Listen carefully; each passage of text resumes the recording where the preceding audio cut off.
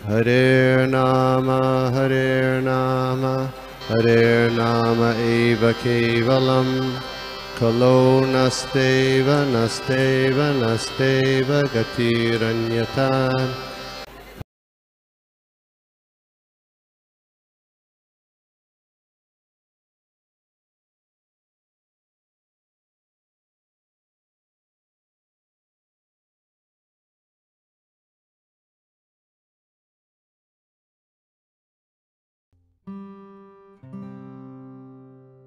हरे कृष्णा। बहुत बहुत धन्यवाद प्रभु, आपने ये सेवा दी, हमेशा की तरह मुझे याद किया। ऐसे तो मैं यहाँ उम्र में और तजुर्बे में छोटी हूँ और मेरी कोई योग्यता नहीं है आप सब उच्च डिवोटीज के सामने कुछ बोलने की, परंतु गुरु की प्रसन्नता के लिए और आपके आदेश अनुसार एक छोटी सी प्रस्तुति मेरी खुद की शुद्धता के लिए। आइए आज हम चर्चा करते हैं श्रीमद् भागवतम के तीसरे स्कंद के 23वें अध्याय के श्लोक क्रमांक 52, 32352 शुरू करेंगे। ओम नमो भगवते वासुदेवाय। ओम नमो भगवते वासुदेवाय। ओम नमो भगवते वासुदेवाय। नारायणं नमस्कृत्यं नरं चैव नरोत्तमं देवीं सरस्वतीं व्यासं ततो जयमुदीरयेत्। नष्टप्रायेष्वभद्रेषु नित्यं भागवत सेवया भगवती उत्तम श्लोके भक्तिर्भवती नैष्टिकी। तो श्लोक स्टार्ट करने से पहले हर बार की तरह एक रिकैप करेंगे कि कहानी कहाँ तक पहुंची है। जो लोगों ने कुछ क्लासेस अगर मिस किए हो या जो पहली बार ज्वाइन कर रहे हैं, खासकर उनके लिए, तो ये कहानी में है हमारा मेन कैरेक्टर है जिनका नाम है कर्दम मुनि। कर्दम मुनि भगवान की भक्ति कर रहे हैं और उनकी एक इच्छा है। क्या इच्छा है? कि उनको विवाह करना है। उनके मन में एक स्त्री की छवि है, किस तरह की वधू उन्हें चाहिए, और उनकी भक्ति से प्रसन्न होकर भगवान आते हैं। और जैसी वो स्त्री अपने मन में थी वैसी ही स्त्री आएगी करके भगवान इसका आश्वासन कर्दम मुनि को देते हैं। वो बताते हैं कि स्वयंभुव मनु आएंगे और अपनी जो पुत्री है जिसका नाम देवहूति है उसका विवाह का प्रस्ताव आपके सामने रखेंगे। तो आप ये विवाह कर लेना और इसके बाद आप लोगों के 9 पुत्रियां जन्म होंगी और एक पुत्र जन्म होगा। ठीक है? और वो जो पुत्र होगा वो मेरा ही रूप होगा। ठीक है? तो ऐसे भगवान आश्वासन देते हैं। फिर जैसा भगवान ने कहा वैसा होता है। और कर्दम मुनि विवाह करने से पहले एक कंडीशन रखते, एक शर्त रखते हैं स्वयंभुव मनु से और देवहूति से कि जैसे ही वो संतान उत्पन्न हो जाएंगे तब कर्दम मुनि क्या करेंगे, वो संन्यास ले लेंगे, वो घर छोड़ के चले जाएंगे। तो ये शर्त के बेसिस पे ही विवाह आगे बढ़ता है और वैसा ही होता है। अब विवाह के बाद जो देवहूति है वो कर्दम मुनि की निष्काम भावना से सेवा करती है। इतनी कठोर सेवा करती है कि वो अपना कुछ ध्यान नहीं रखती है। वो बहुत उन खुद की जो शरीर की अवस्था होती है वो बहुत अलग हो जाती है। जैसे कि पहले वो एक राजा की बेटी है वैसा नहीं लगता है बाद में। इतनी अच्छे से वो सेवा करती है। कर्दम मुनि इस सेवा से प्रसन्न होके देवहूति को कुछ देते हैं। क्या देते हैं? वो बोलते हैं कि मेरे जो भी आध्यात्मिक श्रेय मैंने प्राप्त किए हैं, जैसे मैं भगवान को भी देख चुका हूँ, तो मैं आपको भी वो देना चाहता हूँ। तो देवहूति कहती है नहीं, मुझे ये चीज नहीं चाहिए। मुझे क्या चाहिए? मुझे संतान चाहिए। तो क्योंकि देवहूति को प्रसन्न करना होता है, वो अपने ड्यूटी निभाते हैं कर्दम मुनि। तो वो क्या करते हैं, सारे अरेंजमेंट्स करते हैं ये सारी चीजें के लिए। तो वो बड़े बड़े हवा महल होते हैं, वो होते हैं। फिर उन लोग बहुत सारे जगहों पे घूमने जाते हैं, मेरू पर्वत तक घूम के आते हैं और बहुत सारा सब पूरा इस चैप्टर में डिस्क्रिप्शन दिया है कि उन्होंने कितने सारे ऐश्वर्य और भोग किए। ये सब बताया गया, उनका सेज के बारे में बताया गया है। सालों सालों वर्षों तक उन्होंने भोग किया है और उनकी 9 पुत्रियों का जन्म हो चुका है। अब यहाँ तक कहानी आई है। ठीक है? अब इस जो अध्याय का शीर्षक जो है वो क्या है? देवहूति का शोक, देवहूति's लैमेंटेशन। बट चैप्टर में अब तक तो क्या बताया कि देवहूति और कर्दम मुनि ने कितने सारे मजे किए। तो एक्चुअली चैप्टर का नाम तो होना चाहिए देवहूति का भोग, बट एक्चुअली नाम क्या है? देवहूति का शोक। तो क्यों ऐसा? क्यों? क्योंकि अभी वो शोक कर रही है। क्या शोक कर रही है, आइए देखते हैं आज के श्लोक में। तो 3:23-52 ब्राह्मण दुहितृभिस्तुभ्यं विमृग्याः पतयः समाः कश्चित् स्यान्मे विशोकाय त्वयि प्रव्रजिते वनम। Translation by Srila Prabhupada. Jai Srila Prabhupada. My dear Brahmana, as far as your daughters are concerned, they will find their own suitable husbands and go away to their respective homes. But who will give me solace after your departure as a sannyasi? श्लोक पे चर्चा करने से पहले मंगलाचरण prayers. ओम अज्ञानतिमिरन्धस्य ज्ञानञ्जनाशलाकया चक्षुरुन्मीलितं येन तस्मै श्रीगुरुवे नमः। श्रीचैतन्यमनोभीष्टं स्थापितं येन भूतले स्वयं रूप कदा मायां ददाति स्वपदान्तिकं। वन्देऽहं श्रीगुरु श्रीयुतपदकमलं श्रीगुरुन् वैष्णवांश्च श्रीरूपं साग्रजातं सहगणा रघुनाथान्वितां तं सजीवं साद्वैतं सावधूतं परिजनसहितं कृष्णचैतन्यदेवं श्रीराधा कृष्णपादान् सहगणा ललिता श्रीविशाखान्वितांश्च। हे कृष्णा करुणा सिन्धु दीनबन्धु जगत्पते गोपेश गोपिका कान्ता राधा कान्ता नमोस्तुते। तप्त कांचन गौरांगी राधे वृंदावनेश्वरी वृषभानुसुते देवी प्रणमामि हरिप्रिये। वाञ्छाकल्पतरुभ्यश्च कृपा सिन्धुभ्य एव च पतितानां पावनेभ्यो वैष्णवेभ्यो नमो नमः। जय श्री कृष्ण चैतन्य प्रभु नित्यानंद श्री अद्वैत गदाधरा श्रीवासादि गौर भक्त वृंदा। हरे कृष्णा कृष्ण कृष्णा हरे हरे हरे राम राम राम हरे हरे। नमो विष्णुपदाय कृष्णपृष्ठाय भूतले श्रीमते भक्तिवेदांत स्वामिनिति नामिने नमस्ते सरस्वती देवे गौरवाणी प्रचारिणे निर्विशेष शून्यवादी पाश्चात्यदेशतारिणे। नमो विष्णुपदाय कृष्णपृष्ठाय भूतले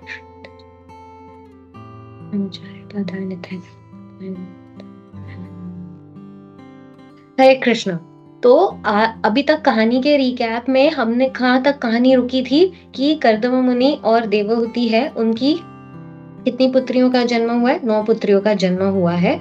और अब कर्दम मुनि क्या कर रहे हैं? घर छोड़ के संन्यास लेने जा रहे हैं। तो देवहूति कर्दम मुनि को रोकने की कोशिश कर रही है। और क्या कहकर वो रोकने का प्रयत्न कर रही है? वो ये नहीं कर रही है, कह रही है कि अब इन पुत्रियों का कन्यादान कौन करेगा, आप चले जाओगे, तो ऐसा कुछ नहीं कह रही है। वो क्या कह रही है? 3 चीजें मेन पॉइंट्स यहाँ देखते हैं। पहले तो उन्होंने सबसे पहली चीज क्या कहा कि आपने अपने सारे वचन जो भी मुझसे दिए थे वो सारे निभा लिए हैं। हाँ, पर मैं क्योंकि आपकी पूरी तरह से शरणागत हो चुकी हूँ, तो आप मुझे अभी क्या दे? निर्भयता दे। ये कल के श्लोक में हमने देखा था। ठीक है, वो क्या मांग रही है? अभी निर्भयता मांग रही है। आज के श्लोक में हमने क्या देखा कि वो कह रही है जहां तक आपकी बेटियों का सवाल है, वो तो स्वयं ही अपना वर ढूंढ लेंगी और अपने अपने घर में सेटल हो जाएंगी। पर आपके जाने के बाद मुझे क्या संतावना कौन देगा, सोलेस कौन देगा, आश्रय कौन देगा? ये आज के श्लोक में। और कल का जो श्लोक आप देखेंगे वो भी काफी इंटरेस्टिंग है। उसमें वो कह रही है कि अब तक हमने जितना भी समय साथ में बिताया है वो क्या किया है? वो व्यर्थ कर दिया है। किसमें? भोग करने में, इंद्रिय तृप्ति में व्यर्थ कर दिया है। जबकि हमें क्या करना चाहिए था? भगवत ज्ञान को विकसित करना चाहिए था।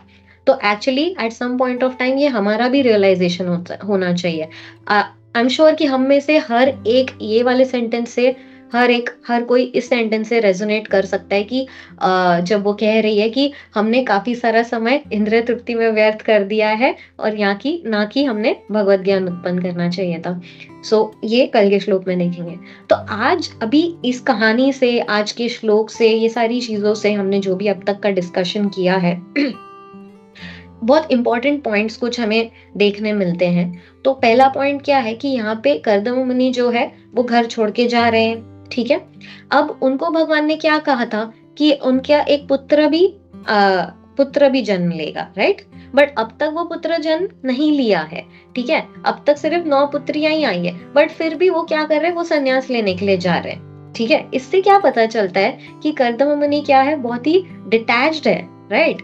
क्योंकि अगर आप सोच सकते हैं कि अगर कोई साधारण मनुष्य होगा, हाँ, और कोई होगा और उसको अगर पता है कि अगर उसका एक पुत्र भी आने वाला है और उसके बाद ही उसे संन्यास लेना है, तो वो पहले से छोड़ने की बातें नहीं करेगा, बोलेगा ठीक है चलो और थोड़ा भोग कर लेते, करेक्ट, ठीक है। बट कर्दम मुनि क्या कर रहे हैं, पहले ही जा रहे हैं क्योंकि उन्हें ये सब व्यर्थ लग रहा है, ठीक है। तो कर्दम मुनि जो भी कर रहे हैं वो दो वजह से कर रहे हैं, एक तो भगवान ने कहा है उसके अनुसार कर रहे हैं, और दूसरा जो उनकी पत्नी है उसने ये मांगा था, ये सारे ऐश्वर्य मांगे थे, सारे भोग मांगे थे, तो उनकी प्रसन्नता के लिए कर रहे हैं, आउट ऑफ ड्यूटी वो कर रहे हैं, ठीक है। तो हम भी कभी कभी देखते हैं कि बहुत सारे जो डिवोटीज होते हैं उनके बहुत सारे ऐश्वर्य होते हैं, बहुत सारे ओपुलेंसेस होते हैं, करेक्ट। हम भी देखते हैं कि हाँ, इसके पास इतना बड़ा घर है, गाड़ी है, ये बिजनेस क्लास ट्रैवल कर रहा है वगैरह।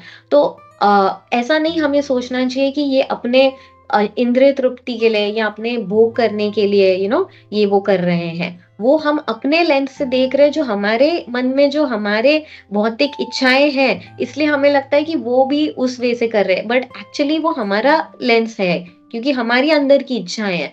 वो एक्चुअली वो क्या कर रहे हैं, वो अपनी ड्यूटी निभा रहे हैं, और उस ड्यूटी के निभाने में अगर भगवान उन्हें कुछ ऐश्वर्य दे रहे हैं तो वो भगवान के ही सेवा में लगा रहे हैं। कल को उनसे वो रहा नहीं रहा, उनका अहेतुकी अप्रतिहता भक्ति चेंज नहीं होने वाला है।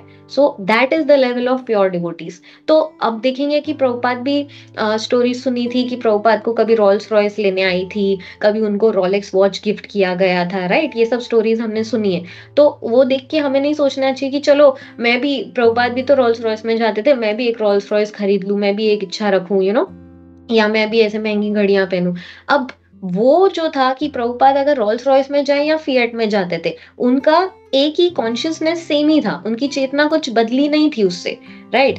तो हमें क्या करना चाहिए, ये जो डिवोटीज है उनका क्या करना चाहिए, हमें अनुसरण करना चाहिए, यानी हमें उनके फुटस्टेप्स पे फॉलो करना चाहिए, उनका अनुकरण करने की कोशिश नहीं करना चाहिए, हमें नहीं मिमिक्री करना चाहिए। अच्छा हाँ, प्रभुपाद भी तो रोल्स रॉयस में जाते थे तो मैं भी रोल्स रॉयस खरीदने की इच्छा रखूं, नहीं, वो मेरे खुद की जो इंद्रिय तृप्ति भौतिक इच्छा है वो रिफ्लेक्ट हो रही है यहाँ पे। ओके, सो कर्दम मुनि का यहाँ पे डिटैचमेंट हमको दिख रहा है, जिससे हमें ये लेसन सीखने मिल रहा है कि कैसे हमें अनुसरण करना चाहिए और अनुकरण नहीं करना चाहिए।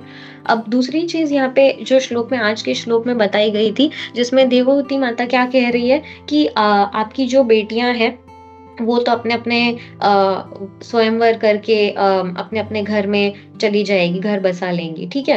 हाँ, बट वो क्या सोच रही है अभी, किस चीज की उन्हें चिंता हो रही है, अपने खुद के संतावना की, अपने खुद के सोलेस की, हाँ, अपने पति के जाने के बाद। तो जो माताएं हैं उन्हें ये नहीं चिंता करनी चाहिए कि उनके बच्चों का विवाह कैसे होगा, या वो भौतिक स्तर पे कैसे सेटल होंगे नहीं होंगे, हाँ, बट उन्हें ये चिंता करनी चाहिए कि उनका खुद का संतावना। अब यहाँ पे सोले संतावना जो बात हो रही है, वो किस चीज की बात हो रही है, वो अपने मटेरियल कंफर्ट्स के बारे में नहीं सोच रही, वो अपने ये नहीं सोच रही है कि अच्छा कर्दम मुनि के जाने के बाद मेरा ध्यान कौन रखेगा, यानी कि जैसे आजकल माताएं सोचेगी अरे मुझे किट्टी पार्टी में कौन छोड़ के आएगा, पिक ड्रॉप कौन करेगा, मुझे ना शॉपिंग कौन लेके जाएगा, हाँ, मुझे ना स्विट्जरलैंड कौन घुमाने लेके जाएगा। ये मटेरियल कंफर्ट्स की चिंता नहीं हो रही है यहाँ पे। हाँ, वो क्या कहना चाह रही है यहाँ पे कि एक स्पिरिचुअल इंस्ट्रक्शन की बात कर रही है, क्योंकि हमने देखा था कि देवहूति कर्दम मुनि को कंप्लीटली शरणागत थी।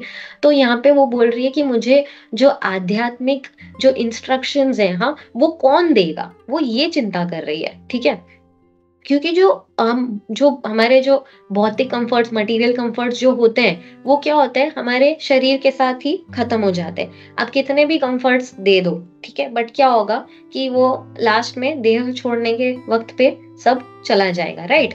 तो हमें उसके बारे में नहीं सोचना चाहिए, बट जो स्पिरिचुअल इंस्ट्रक्शन जो होते हैं वो क्या होते हैं, वो आगे भी हमारे साथ चलते हैं, तो इसलिए वो उसकी चिंता कर रही है। सो हमें ये सीखने मिलता है कि हमें इसकी ज्यादा चिंता होनी चाहिए rather देन कि अरे मेरे बच्चों का क्या होगा, वो कहाँ सेटल होंगे, क्या होगा, राइट।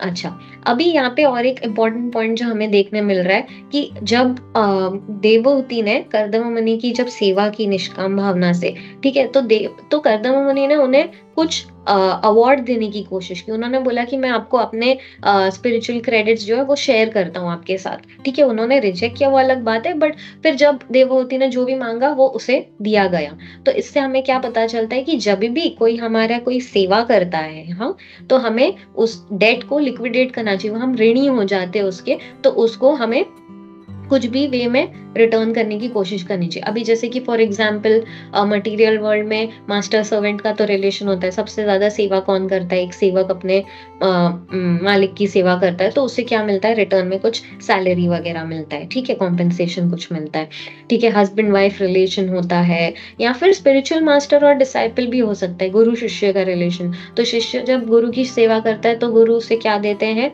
तो उपदेक्षांति ते ज्ञानम, हाँ, इनिशिएट करते हैं, नॉलेज में इनिशिएट करते हैं, राइट। और फिर इनफैक्ट अगर हम किसी के घर पे प्रसादम लेने भी जाते हैं, हाँ, तो शास्त्रों में कहा गया है, तो हमें उनके लिए क्या करना चाहिए, वहां जाके कृष्ण कथा करनी चाहिए, कृष्ण कीर्तन करना चाहिए, बिकॉज आप उन्हें क्या दे रहे हैं, कृष्ण का संग दे रहे हैं, और उससे बड़ा भेंट कुछ नहीं हो सकता है। तो इस प्रकार से अपने ऋण जो है वो चुका देने चाहिए। और मेन चीज जो इस पूरे स्टोरी से, इस चैप्टर से जो पता चल रहा है, इस कि जब जब हम भोग करेंगे तब तब हम शोक करेंगे। इसलिए इस चैप्टर का नाम है देवहूति का शोक, नॉट देवहूति का भोग, राइट। तो हमें ये देखने मिलता है कि जब जब हम भौतिक इच्छाओं के पीछे भागते हैं, हाँ, और हम इंद्रिय तृप्ति करने की कोशिश करते हैं, तब क्या होगा, तब हमें शोक होगा, राइट। तो आप ध्रुव महाराज की स्टोरी में भी देखेंगे, तो ध्रुव महाराज जो गए थे वो तपस्या कर रहे थे, जबकि उन्हें क्या चाहिए था, उन्हें कोई स्पिरिचुअल इंस्ट्रक्शन नहीं चाहिए था, उन्हें क्या चाहिए था, उनका एक भौतिक इच्छा थी उनकी, ठीक है। लेकिन बस जब उनका जो वो जब उनको भगवान मिले, तब उन्होंने इस भौतिक इच्छाओं को किस चीज से कंपेयर किया था, कांच के टुकड़ों से, राइट। अब कांच के टुकड़ों से क्यों कंपेयर किया, ठीक है, ये भौतिक इच्छाओं को कांच के टुकड़ों से क्यों कंपेयर किया जाता है, कांच के टुकड़ों की क्या कैरेक्टरिस्टिक्स होती है, कांच के टुकड़ों की क्या विशेषता होती है, कि एक तो कांच के टुकड़े जो होते हैं उनकी कोई मोल नहीं होती है, वो एकदम वैल्यूलेस होते हैं, वो फेंक जाता है, कूड़ा में माना जाता है, राइट। तो उसी तरह भौतिक इच्छाएं जो है उन्हें भी क्या माना जाता है, कूड़े की तरह मानना चाहिए, उनकी कोई वैल्यू नहीं है। अब दूसरा हम क्या देखते हैं, कांच के टुकड़ों से क्या होता है, चोट लगती है। तो इसलिए जब आप भौतिक इच्छाओं के पीछे जाओगे तो क्या होगा, आप शोक करोगे, आपको चोट लगेगी, ठीक है। हमें लगता है कि इसमें खुशी है, बट एक्चुअली इसमें शोक है, लैमेंटेशन है। और तीसरी चीज क्या है, जब भी कांच के टुकड़े कहीं होते, बोले अरे उधर मत जाओ, उधर मत जाओ, वहां पे कांच के टुकड़े हैं, राइट, ऐसे बोलते हैं ना हम। तो क्यों बोलते हैं, अरे लग जाएगा, तो उसको क्या करते हैं, अवॉइड करते हैं, उससे दूर रहने की कोशिश करते हैं। तो उसी तरह हम जब इंद्रिय तृप्तियां, भौतिक इच्छाएं होती है, उन्हें उससे हमें दूर रहने की कोशिश करनी चाहिए, उन्हें अवॉइड करने की कोशिश करनी चाहिए, राइट। तो ये हम देखते हैं। अब हमने देखा था कि इस चैप्टर में स्टार्टिंग में पहले जब कर्दम मुनि देवहूति की सेवा से, निष्काम सेवा से प्रसन्न हुए थे, तब कर्दम मुनि ने देवहूति को हाईएस्ट भेंट दी थी, ठीक है, भगवान देने की कोशिश की थी, बट उन्होंने रिजेक्ट कर दिया था, ठीक है। अब वो वापस से वही चीज मांगने वाली है कल के श्लोक में, ठीक है। तो हमारे लाइफ में भी कितनी बार ऐसा होता है कि हमें भी डिवोटीज आते हैं, ठीक है, बोलते हैं अरे आइए, आप प्रसाद पे आइए, सत्संग आइए, लेक्चर अटेंड कीजिए, हाँ, बट हम क्या बोलते हैं, नहीं नहीं प्रभु, नहीं नहीं माता जी, अभी नहीं, अभी मैं बहुत बिजी हूँ, मेरा ऑफिस का काम है, मेरे बच्चों का ये है, मेरा वो है, मेरा ये है। हम अपने भौतिक लाइफ में इतने बिजी है, ठीक है, कि हम ये सब चीजें मना कर देते हैं सेम, बट बाद में क्या होएगा, अगर ऐसा किया तो उससे शोक होएगा। तो हमें अपनी प्रायोरिटीज करेक्ट पता होनी चाहिए। कुछ छोटी सी भौतिक इच्छा पूरी करने के लिए, हाँ, हम क्या करते हैं, हमें लगता है उस चीज में मुझे ज्यादा खुशी मिलेगी, ठीक है, उस पर्सन के साथ मुझे संग करने से ज्यादा खुशी मिलेगी, और मैं उस चीज या उस व्यक्ति के साथ जाती हूँ कृष्णा को छोड़कर, और फिर क्या हो जाता है, वही चीज, वही वस्तु या वही इंसान क्या हो जाता है, मेरे दुख का कारण बन जाता है। हम सबके साथ हुआ है। हम जब किधर और बाहर कुछ आश्रय, भगवान के अलावा, भगवान के अतिरिक्त जब कुछ आश्रय ढूंढने की कोशिश करते हैं, तब क्या होता है, वहीं से हमें क्या होता है, चाटा मिलता है, राइट? वहीं से दुख मिलता है। तो ये जो भौतिक इच्छा है ना, वो बहुत इंटरेस्टिंग चीज है। हाँ, उससे बहुत केयरफुल रहना चाहिए कि हम क्या मांग रहे हैं ना, हम किस चीज को प्रायोरिटी दे रहे हैं, वो बहुत इंटरेस्टिंग चीज है। एक स्टोरी थी, उसमें क्या होता है कि एक हस्बैंड वाइफ रहते हैं, उनकी 50th वेडिंग एनिवर्सरी रहती है, ठीक है। अब हस्बैंड जो रहता है उस दिन पे 60 वर्ष का होता है, और वाइफ जो होती है वो कुछ 50 वर्ष की होती है, ठीक है। तो फिर क्या होता है, एक जीनी आता है उनके वेडिंग एनिवर्सरी पे। तो वो दोनों को, हस्बैंड को पूछता है कि आपको जो भी इच्छा होगी वो मैं आपकी एक इच्छा पूरी करूंगा, ठीक है। तो हस्बैंड क्या बोलता है, मुझे अपनी पत्नी से 30 साल और यंगर बनना है, 30 साल और कम होना है, ठीक है। तो मैं अपने पत्नी से 30 साल यंगर बन जाऊं। तो जीनी बोलता है, your wish is my command, ठीक है। तो वो उसको क्या करता है, हस्बैंड को, हाँ, तो वो लेडी होती है जो, हाँ, वो उसको क्या बना देता है, 90 ईयर ओल्ड बना देता है। तो हस्बैंड तो 60 रहा ना और वो 30 साल यंग भी हो गया, ठीक है। तो ऐसे होती है हमारी भौतिक इच्छाएं। बहुत हमें केयरफुल रहना चाहिए जब हम क्या मांग रहे हैं, हमें नहीं पता कि इसका कॉन्सिक्वेंस आउटकम क्या होगा। हमें लग रहा है कि हमें इससे खुशी मिलेगी, बट पासा उल्टा भी पलट सकता है। इसलिए एक क्रिश्चियन सेंट है, सेंट टेरेसा करके, उन्होंने एक बहुत अच्छी लाइन कही है कि more tears were shed on answered prayers than unfulfilled once.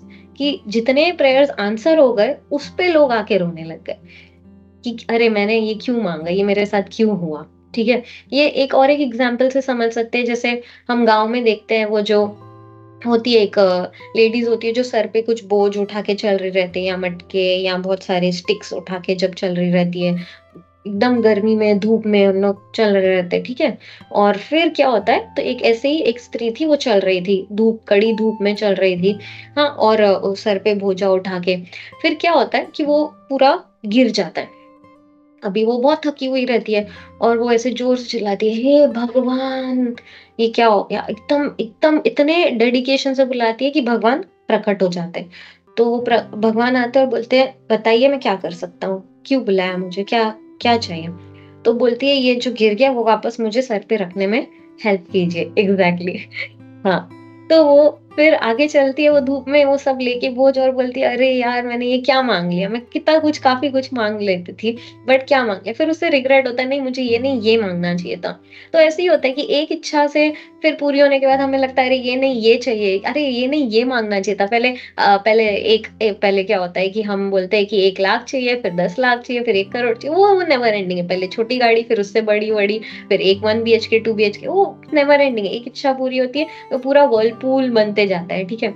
तो ये अगेन, इसमें एक इंटरेस्टिंग स्टोरी कौन सी आती है कि एक लेडी रहती है, उसके पास उसको एक चिराग मिलता है, उसमें वो रब करती है और जीनी निकलता है। जीनी एज ऑलवेज की तरह कितने डिजायर्स देता है, बोले आपकी 3 इच्छाएं हैं, ठीक है, आप 3 इच्छाएं पूरी कर सकते हो। तो बोले वेरी नाइस, पहली इच्छा मांगती है, देखती है ये सच भी है कि नहीं, तो फटाफट your wish is my command, और उसकी इच्छा पूरी हो जाती है। बोलती है अरे वाह। तो छोटा सा ट्रायल मांगती है, तो सेकंड इच्छा वो अच्छे से पूरा बड़ा सा चीज मांगती है, देखती है हाँ ये भी पूरा हो रहा है। तो फिर थर्ड, अभी उसकी लास्ट इच्छा बची रहती है, बोली अब क्या करूं। तो थर्ड इच्छा में जीने को बोलती है, मुझे और 100 इच्छाएं चाहिए। तो ऐसे करके एवरी टाइम वो अपना रिन्यू करती रहती है। तो द पॉइंट इज कि हमारी इच्छाएं एंडलेस है, कभी खत्म नहीं होने वाली है। हमें लग रहा है कि हम सब पालेंगे तो हो जाएगा, बट वो नेवर एंडिंग है। क्योंकि एक वैष्णव पोएट ने बताया है कि अगर आप पूरा ये जो भी आसमान है उसको मान लीजिए एक पेपर की तरह लिखने के लिए यूज कीजिए, और जितना भी ओशन में जितना भी पानी है महासागर में, उसको मान लीजिए आप इंक समझ लीजिए। अगर उस इंक से उस पेपर पे लिखने की कोशिश करें ना, तो भी एक इंसान की जितनी भी भौतिक इच्छा है ना, वो पूरी नहीं लिख सकते, इतनी एंडलेस होती है हमारी इच्छाएं। इमेजिन। तो अब क्या करना चाहिए, तो हमें इच्छाएं नहीं रखनी चाहिए या इच्छाओं को पूरी तरह से त्याग देना चाहिए, क्या करना क्या चाहिए? समझ गया कि भौतिक इच्छाएं कांच के टुकड़े की तरह है और हमें कोई चीज मांग पहले मिलती है, हम उसे रिजेक्ट कर देते हैं, तो सब समझ में आ गया। तो करना क्या चाहिए? ठीक है, तो बोले इच्छाएं नहीं रखनी चाहिए, तो बोले कि कर्दम मुनि ने भी तो विवाह की इच्छा रखी थी, तो फिर क्या करना चाहिए? ठीक है, तो अब है ना, हम देखेंगे अपने समाज में ना 3 कैटेगरीज के लोग होते हैं। ठीक है, ऐसे तो 4 बट 3 की बात करेंगे। ठीक है, तो पहले वाले जो होते हैं ना, वो बोलते हैं कि आपकी जो भी इच्छा हो, ठीक है, उसको आप पूरी करने के पीछे लग जाओ। जैसे कोई इच्छा आई उसको पूरी कर लो, जैसे ही आपकी इच्छा तृप्त होती जाएगी आप उससे बोर हो जाओगे। ठीक है, बट इनको बोलते हैं हीडनिस्ट इंग्लिश में, ये कैटेगरी ऑफ लोग को। तो एक्चुअली तो हमको ये सब बीन देयर डन दैट, हमको पता है ये शॉर्ट रेसिपी है पूरा अपने लाइफ को खराब करने की। कि जैसे ही कोई इच्छा आई, एक इच्छा आएगी, दूसरी आएगी, तीसरी आएगी, और अपना माइंड कैसा है, एक रेस्टलेस मंकी की तरह, मैड मंकी, वो भी बिटन बाय 100 स्कॉर्पियंस वाला मंकी, एकदम पागल बंदर की तरह, कभी ये कभी वो, कभी ये कभी वो, नेवर एंडिंग है। तो इससे तो अपनी लाइफ कभी भी ट्रैक पे नहीं चलेगी, तो ये तो गलती है। फिर जो दूसरे कैटेगरी ऑफ लोग होते हैं, वो बोलते हैं कि अपनी इच्छाओं को बस दुत्कारो, है इच्छा, मालूम है कि मुझे ये चीज की इच्छा है, बट उसको इग्नोर करो, ठीक है, उस पर ध्यान मत दो। तो ये जो होते हैं वो इम्पर्सनलिस्ट होते हैं। ठीक है, बट हमें भी पता है कि अगर हम किसी चीज को बहुत देर तक दुत्कारते रहेंगे, ध्यान नहीं देंगे, तो क्या होएगा, वो बिल्ड होते जाएगा। हाँ, फिर एक दिन वो वल्केनो की तरह जैसी अपॉर्चुनिटी मिलेगी, वो हो सकता है सीरियस सिचुएशन बन जाए। करेक्ट, तो वो भी सही नहीं है, उनको बोलते हैं इम्पर्सनलिस्ट। अब थर्ड वाले जो होते हैं ना, वो क्या बोलते हैं कि अपनी इच्छाओं से मुक्त होने की कोशिश करो, get rid of your desires. तो ये होते हैं बुद्धिस्ट। ठीक है, वो बोलते हैं कि इच्छाएं रखो ही मत। बट हमें भी पता है, क्या ये पॉसिबल है कि हमारी कोई इच्छाएं हो ही नहीं, हम डिजायर लेस बन जाए? Is this possible?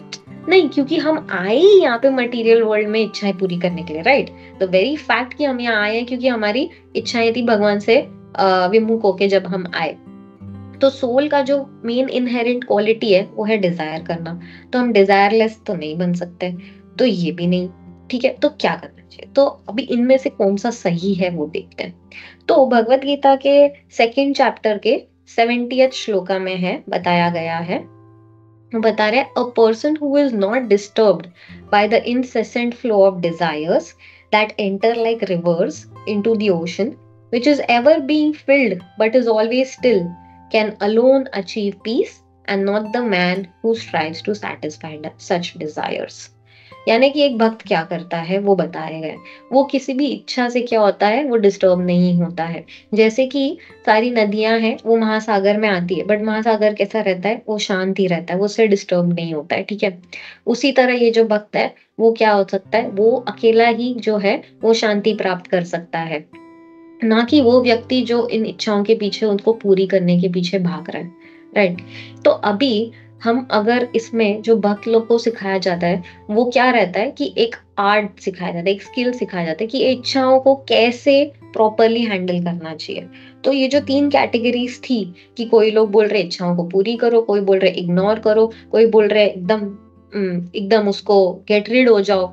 ठीक है, ये सब का कॉम्बिनेशन हमें करना है, बट हमें पता होना चाहिए कि कौन सी वाली इच्छा है ना जिसको हमें और जाके आगे उसके पीछे, पूर्ति के पीछे जाना चाहिए, कौन सी है जिसे हमें एकदम इग्नोर कर देना चाहिए, या कौन सी है जो हमारे मन में आने ही नहीं देना चाहिए, ये हमें समझने की कोशिश करनी चाहिए। ठीक है, जिसको बोलते हैं आर्ट ऑफ डिजायर मैनेजमेंट। हम बहुत सारे मैनेजमेंट कोर्सेज करते हैं, right, financial management, human resource management, business management. तो हम यहाँ पे सीखते हैं डिजायर मैनेजमेंट, जो सबसे इंपॉर्टेंट मैनेजमेंट लेसन है। तो आइए देखते हैं ये क्या है। तो इसमें है 4 कैटेगरीज बताई गए। ठीक है, फर्स्ट कैटेगरी जो है कि कुछ इच्छाएं हैं जो हमें कंप्लीटली अवॉइड करनी चाहिए, जो हमें उससे एकदम get rid of those desires, वो वाली कैटेगरी। ठीक है, वो कौन सी इच्छाएं हैं? वो वाली इच्छाएं हैं जो आपको पता है कि उसके वजह से वो आप और भी इस जो जन्म मृत्यु का जो दलदल है जिसमें हम फंसे हैं, वो आपको और भी उसमें फंसाती जाएगी और आपकी लाइफ एकदम मिजरेबल बन जाएगी। ठीक है, वो वाली जो इच्छाएं जो एकदम पापमय कार्य है आपके, वो जो सिंफुल डिजायर्स है, उन्हें क्या करना चाहिए, एकदम गेट रेड हो जाना चाहिए। वो नहीं, एकदम उसको एकदम जड़ से निकाल देना चाहिए। ठीक है, फिर दूसरी जो कोई इच्छा होती है, वो क्या होती है, वो आपकी भौतिक इच्छाएं हैं। ठीक है, बट उन्हें ना आप है ना भगवान की तरफ केंद्रित कर सकते हैं। उसको एक एक आर्ट होता है जिससे आप डवटेल कर सकते हो भगवान की तरफ। ठीक है, जैसे कि फॉर एग्जाम्पल एक बच्चा है, हाँ उसे गाने का बहुत शौक है, तो वो जब देखो तो कोल्ड प्ले के गाने गाता रहता है। तो उसे हम क्या कर सकते हैं, हम उसे नरसिंहदेव आरती सिखा सकते हैं, बोले बेटा आप ये गाइए। ठीक है, तो उसको आप डवटेल कर सकते हैं। ठीक है, तो ये है। फिर कुछ इच्छाएं होती है, ठीक है, वो है तो आपकी आध्यात्मिक इच्छा है, बट जिस चेतना से आप वो कर रहे हैं, ठीक है, जो एम है आपका, जो गोल है, वो सही नहीं है। जैसे कि तो उसे क्या करना चाहिए हमें, उससे क्या करना चाहिए, हमें शुद्ध करना चाहिए, हमें प्योरीफाई करना चाहिए। ठीक है, फॉर एग्जाम्पल अगर किसी को लेट्स से कीर्तन करना बहुत पसंद है, बट वो कीर्तन इसलिए कर रहा है क्योंकि उसको यूट्यूब पे 1 मिलियन फॉलोअर्स चाहिए, है तो कीर्तन अच्छी इच्छा है, कीर्तन करना अच्छी चीज है। ठीक है, बट उसको खाली क्या करना है, प्योरीफाई करना, उसका कॉन्शियसनेस, उसका जो एम है ना, वो प्योरीफाई करना है। तो ये टाइप 3 डिजायर है। और टाइप 4 जो है, वो है कि आप जब प्रॉपर जो आपकी आध्यात्मिक इच्छाएं हैं और आप सही चेतना से कर रहे हैं, उसे क्या करना चाहिए, और बढ़ावा देना चाहिए, उसे एनकरेज और एक्सपैंड करना चाहिए। राइट, सो फर्स्ट वाला क्या था कि कुछ इच्छाएं जो है, जो अपनी सिंफुल डिजायर्स है, उसे कंप्लीटली अवॉइड कर देना चाहिए, उसे रूट से, जड़ से निकाल देना चाहिए। सेकंड, जो आपकी भौतिक इच्छाएं हैं बट आप उसको भगवान की तरफ केंद्रित कर सकते हैं, ठीक है, तो उसे डवटेल कर देना चाहिए। थर्ड जो है, हमारी आध्यात्मिक इच्छाएं हैं, बट जो हमारा कॉन्शियसनेस, जो हमारा गोल, जो हमारा एम है, वो सही नहीं है, तो उसे प्योरीफाई करना चाहिए। और फोर्थ जो है, जो हमारे true proper spiritual desires in right consciousness है, उसे एक्सपैंड करना चाहिए। तो ये पूरा जो है उसको बोलते हैं आर्ट ऑफ डिजायर मैनेजमेंट। तो आज एक मैनेजमेंट की डिग्री आप लोगों को भी मिल गई है, जैसे प्रभु बोल रहे थे बहुत बहुत डिग्रीज कलेक्ट किए, तो एक आप लोग के लिए। ओके, तो अल्टीमेटली है ना, ये सारी जितने भी इच्छाएं हैं ना, वो हमें आखिर में स्पिरिचुअलाइज या प्योरीफाई या शुद्ध करनी है, ये 4 वेज से। ठीक है, तो चैतन्य चरितामृत में एक श्लोक है, कृष्ण भक्त निष्काम अत एव शांत, भुक्ति मुक्ति सिद्धि कामी सकलीय शांत।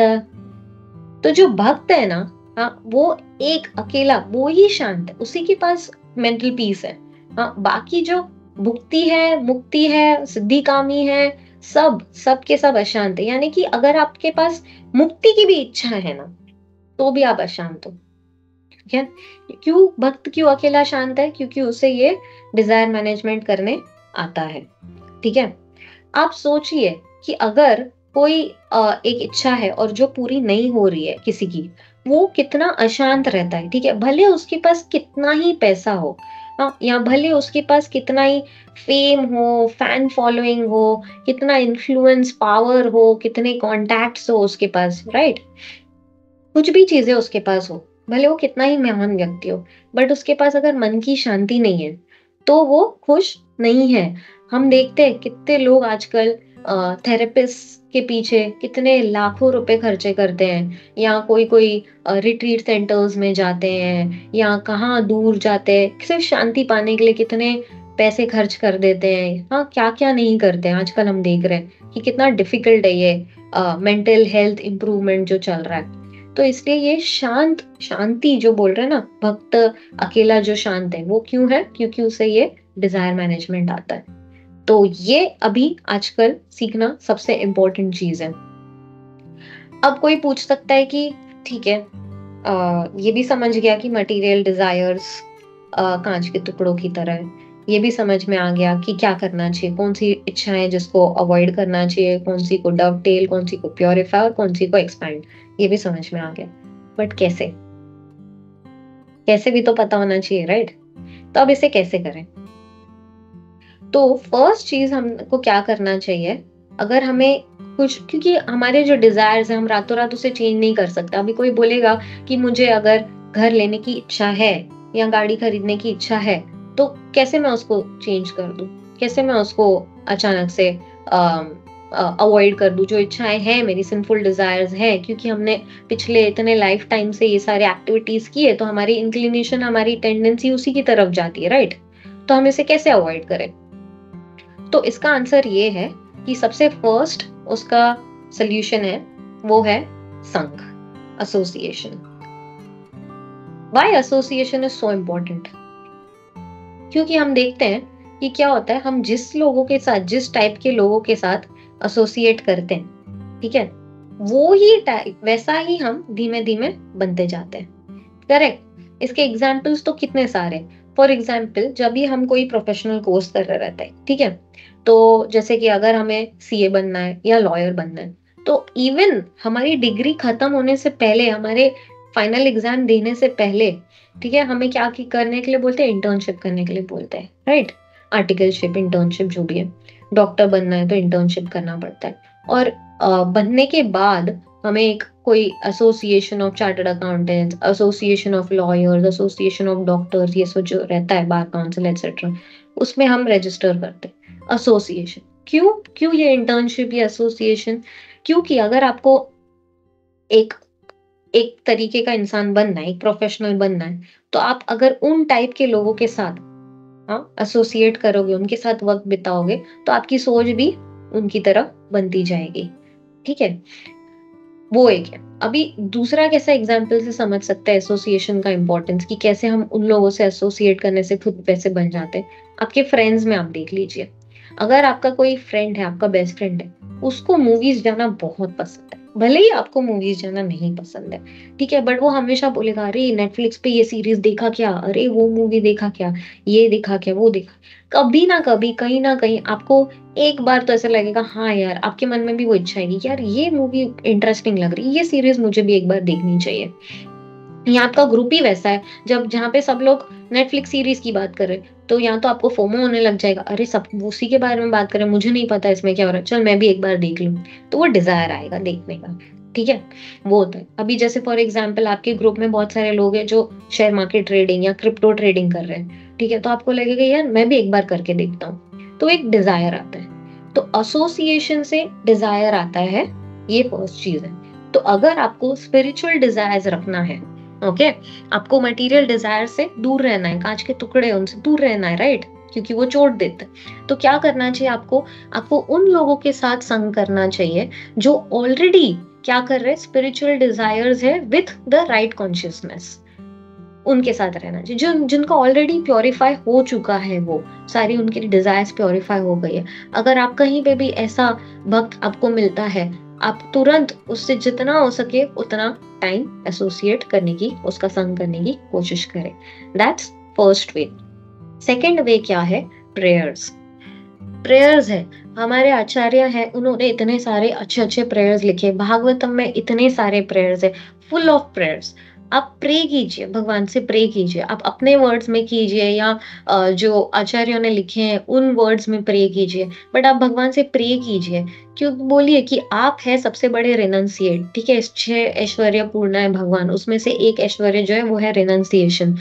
मेरे से ये डिजायर नहीं छूट रहा है, ठीक है, बट आप सबसे बड़े रिनंशिएट हैं, ठीक है, आप मुझे हेल्प कीजिए कि मैं ये चीज को त्याग कर सकूं या प्योरीफाई कर सकूं, ठीक है। हम जो रोज सुबह शिक्षा अष्टकम में वो प्रेयर कौन सा बोलते हैं?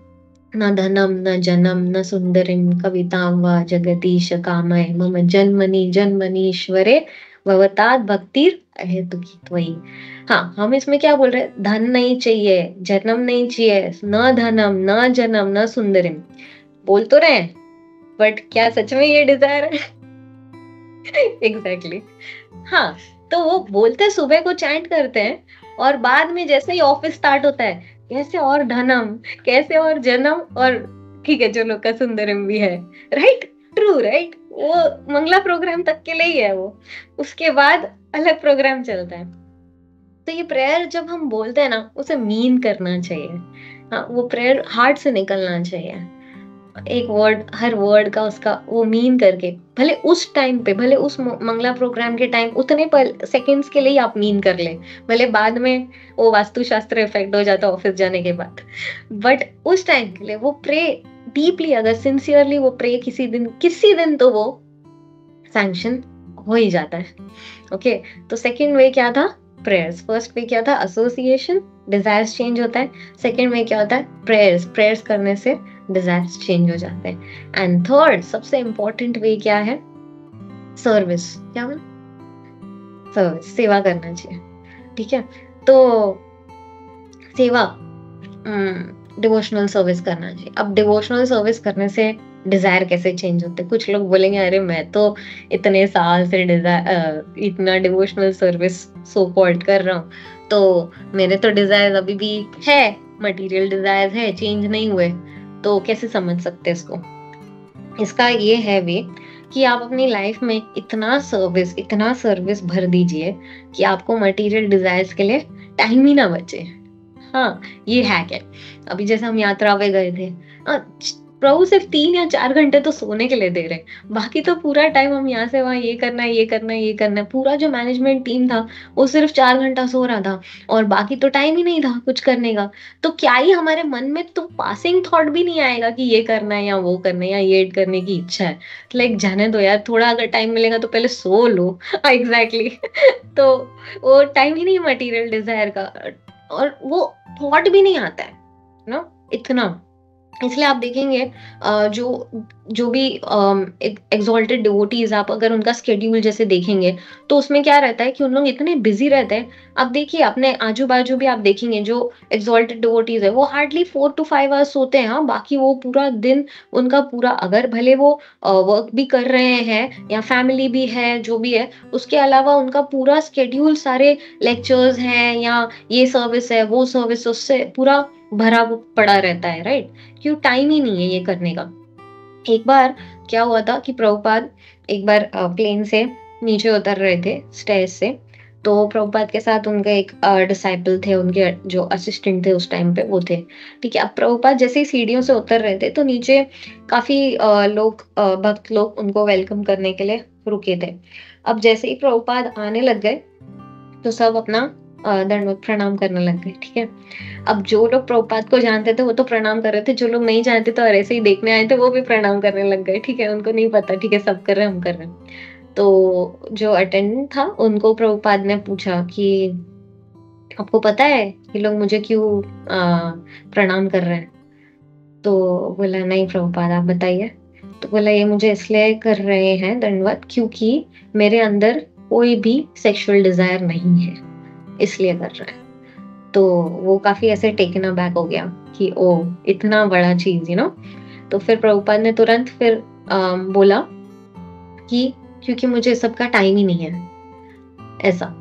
तो प्रभुपाद एक्चुअली जो बोल रहे वो तो है ही, बट वो हमें एक्सेसिबल बनाने के लिए, क्योंकि हम अब तक उस लेवल तक नहीं पहुंच सकते कि हमारे अंदर कोई मटेरियल डिजायर ना हो, तो वो एक्सेसिबल बनाने के लिए फिर उन्होंने वो सेकंड लाइन बोली कि टाइम ही नहीं है, कि ऐसी अपनी लाइफ दिनचर्या बना लो कि आपको मटेरियल डिजायर्स के लिए कोई टाइम ही ना बचे। और इसका मतलब ये नहीं है कि आप पूरा दिन सोते रहो तो या पूरा दिन ऑफिस में बिजी रहो, नो। इतना पूरा स्पिरिचुअल सर्विसेज, डिवोशनल सर्विसेज से आप पूरी तरह से अपना एंग्रॉस्ड हो जाओ कि आपको ये सब सोचने का टाइम ना मिले। कुछ लोग होते हैं ना एकदम बिजी हो जाते हैं, जब उन्हें लाइफ में कुछ ऐसा हो जाता है तो पूरा मैंने अभी अपने काम को सब कुछ बना लिया है, सब बाकी सबसे डिस्ट्रैक्शन के लिए। तो क्यों काम को क्यों सब कुछ बनाना है ना? इतनी सारी सेवाओं को सब कुछ बना दो, प्योरिफिकेशन भी हो जाएगा, राइट? तो ये है 3 पॉइंट्स जिसकी वजह से डिजायर्स चेंज हो जाते हैं। तो फर्स्ट इज कि मटेरियल डिजायर्स कांच के टुकड़ों की तरह है, and then second is the art of desire management, जिसमें 4 टाइप के डिजायर्स हैं। फर्स्ट टाइप के जो सिंपल डिजायर्स है उसे अपरूट करना चाहिए कंप्लीटली, ठीक है। और जो सेकंड टाइप ऑफ डिजायर है मटेरियल डिजायर है, लेकिन वो कृष्णा की तरफ डवटेल कर सकते हैं, थर्ड डिजायर जो है वो स्पिरिचुअल डिजायर है, लेकिन उनका कॉन्शियसनेस, उसका जो एम है, वो गोल है, उसको प्योरीफाई कर देना चाहिए। और जो लास्ट है, जो spiritual desire with correct consciousness है, उसको और विकसित करना चाहिए और एक्सपांड करना चाहिए। और वो कैसे कर सकते हैं, उसके 3 पॉइंट्स क्या थे? फर्स्ट इज एसोसिएशन करना चाहिए, क्योंकि जिसके साथ एसोसिएट करोगे वैसे बनोगे। सेकंड इज प्रेयर्स, सारे जो प्रेयर्स हैं हमारे खुद के या आचार्यों के, उसे मीन करना चाहिए deeply. And third is service, service से अपने डिवोशनल सर्विस से अपने लाइफ को इतना फिल कर दो कि ये सब का टाइम ही ना मिले। ठीक है, इसी नोट पे हरे कृष्णा, थैंक यू। आप सब मेरे लिए प्रे कीजिए कि मैं भी अपने डिजायर्स को प्योरीफाई कर सकूं। हरे कृष्णा। इफ एनी कमेंट्स, कोई करेक्शंस हैं, प्लीज मुझे बताएं।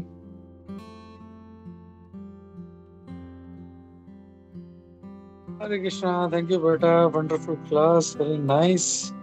और आज हम लोगों को तुमसे और एक तरह का मैनेजमेंट होता है ये भी सीखने को मिला, डिजायर मैनेजमेंट। तो इसका आई थिंक आज के जमाने में बहुत रिक्वायरमेंट है इसका डिग्री करने के लिए। We should do some degree course on desire management. जो तुमने बताया कि कैसे कुछ डिजायर्स को टोटली हम लोगों को जो काम के नहीं है उसको बिल्कुल छोड़ ही देना चाहिए। The points really very nice. तो क्विकली मैं भक्तों से रिक्वेस्ट करता हूँ, किसी का कोई क्वेश्चन है, कोई डाउट है या कुछ एडिशनल कमेंट्स है तो लेते हैं हम लोग। Hare Krishna, please start speaking, please start raising your hands. Amrit Vilasini Mata ji. हरे कृष्णा माता जी, बहुत सुंदर क्लास था। थैंक यू सो मच माता जी।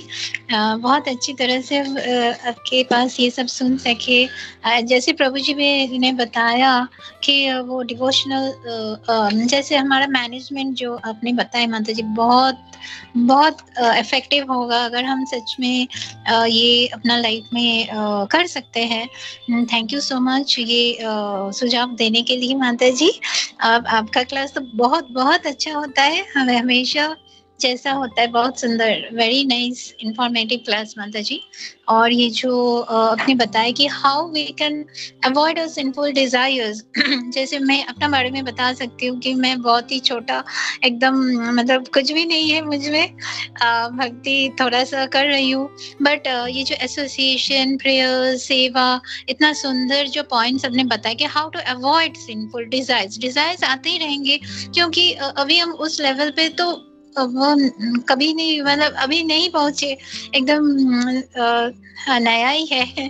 तो माता जी कैसे हम करें, आपने बहुत सुंदर ये तरीका ये जो दिए, ways how to avoid association हमेशा कभी नहीं छोड़ना चाहिए, डिवोटीज एसोसिएशन। एंड फिर प्रेयर्स का इम्पोर्टेंस तो बहुत ही है, ऑलवेज हमें प्रेयर करना चाहिए, क्योंकि कोई भी टाइम हम डाउनफॉल हमारा हो सकता है। अगर हम हाई लेवल भी चला भी जाए, कभी भी किसी को डाउनफॉल हो जाता है, क्योंकि तब हम समझते हैं कि प्रेयर्स अच्छी तरह से, प्रेयर का वो नहीं था, जोर नहीं था। तो हमें भी देखते हैं कि गुरु महाराज से कभी प्रेयर्स किसी चीज के लिए करते हैं तो वो ठीक, मतलब वो हमें मिल जाता है, कभी हो जाता है ऐसे। तो हम समझते हैं कि prayers is very important, really it's a very important wonderful thing, prayers. और फिर सेवा, जो डिवोशनल सर्विस आपने बताई माता जी की, इतना बिजी हो जाओ, इतना बिजी डिवोशनल सर्विस में हो जाओ ताकि कोई टाइम नहीं बचता है। तो ये बहुत ही अच्छा तरीका है।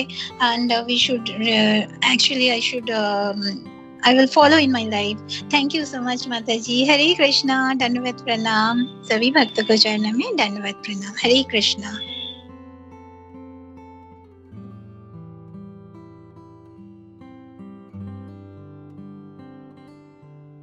हरे कृष्णा।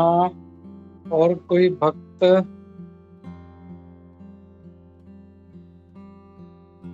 जस्ट मुझे एक पॉइंट याद है, एंड यू आर सेइंग कि हमारी डिजायर्स कितनी हैं, तो we give example of that कि सारे आकाश को हम कागज बना लें और सारे समुंदर को पानी बना दे तो भी हमारे डिजायर्स खत्म नहीं होंगे। तो ऐसे ही उससे ऑन दिस बेसिस एक दोहा है कबीर जी का, बहुत बहुत अच्छा दोहा है, मुझे ढंग से याद नहीं आ रहा। सारी धरती कागज, सारा आकाश कागज करूं, और लेखनी करूं बनराई, समुद्र सात समुद्र स्याही करूं, गुरु गुण लिखवा न जाए।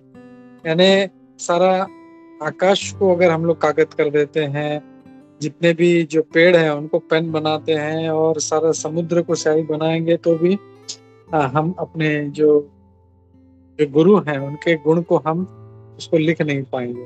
तो I just remember that when you said. तो डिजायर्स हमारी कितनी अनलिमिटेड है, और इसको जैसे हम लोग हमेशा बोलते हैं कि हम लोग इसको खत्म नहीं कर सकते। तो वेस्ट प्रभुपाद जी बोलते हैं हम लोग इसको डोटेल करना है। तो बिल्कुल इसको ऐसा नहीं है कि हम लोग किसी का अच्छा खाने का इच्छा है तो वो छोड़ नहीं सकता, तो डोटेल करो उसको कृष्ण प्रसाद खाने के लिए। और बहुत सारी इच्छाएं हैं ऐसा जो छोड़, जैसे तुमने कहा डिजायर मैनेजमेंट में छोड़ देनी चाहिए, और जो नहीं है हम लोग उसको डोटेल करते रहे, भगवान की सेवा में लगाते रहें, और अपना जो है डोटेल करेंगे भगवान की तरफ, कृष्ण कॉन्शियसनेस की तरफ, तो हमें भी उसका आध्यात्मिक लाभ होगा। थैंक यू बेटा for that, and thank you all the guests who has come today for the class. सबका स्वागत है। Hare Krishna. Will stop here, I think और किसी का कोई पॉइंट्स नहीं है, तो will stop here. Hare Krishna. Shrimad Bhagavatam की जय। जय थैंक यू श्रीला बेटा। प्रभुपाद की जय। जय। हरे कृष्णा।